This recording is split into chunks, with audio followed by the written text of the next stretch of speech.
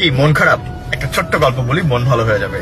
প্রচন্ড ঝড় হচ্ছে, মাঝ সমুদ্রে জাহাজ চূর্ণ বিচূর্ণ, সবাই মারা গেল, কিন্তু একজন মানুষ ভাগ্যক্রমে ভাসতে ভাসতে একটা দ্বীপে চলে আসলো। আসার পর প্রথম দিকে তার মন যথেষ্ট খারাপ। প্রতিদিনই সে সৃষ্টিকর্তার কাছে প্রার্থনা করতো, আল্লাহ কোন একটা জাহাজ মিলিয়ে দাও, আমি যেন বাসায় যেতে পারি কোনোভাবে। একদিন যায়, 2 দিন যায়, মাস যায়, কেউ আসে না হেল্প করতে। একসময় সে নিজেই কিছু কাঠ ঘর জোগাড় করে একটা ঘর বানালো এবং থাকতে শুরু করলো। কিছুদিন পর একদিন মাছ ধরে ব্যাক করার সময় সে দেখলো তার বাসাটায় আগুন জ্বলে গিয়েছে এবং পুড়ের ছাই। সে সৃষ্টিকর্তাকে বলল, আমার একটাই ঘর ছিল, তুমি এটাও কেড়ে নিলে।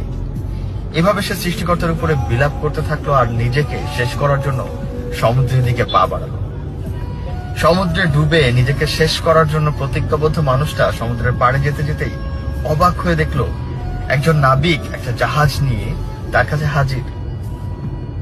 সে অবাক হয়ে জিজ্ঞেস করলো, এতদিন আমি এখানে ছিলাম, কেউ আমাকে হেল্প করতে আসেনি, আপনি কে ভাই, কোথা থেকে আসলেন?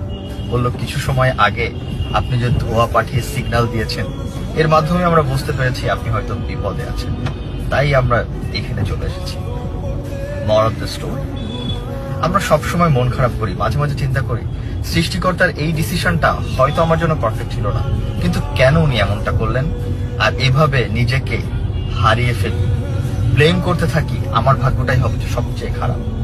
কিন্তু না, এটা উচিত না। উচিত ওইটাই যেটা হচ্ছে, এটাই সৃষ্টিকর্তার ডিসিশন, আর মেনে নেওয়া, অপেক্ষা করা ওই মুহূর্তের জন্য যেই মুহূর্তে আমার জন্য সেরা পুরস্কার অপেক্ষা করছে।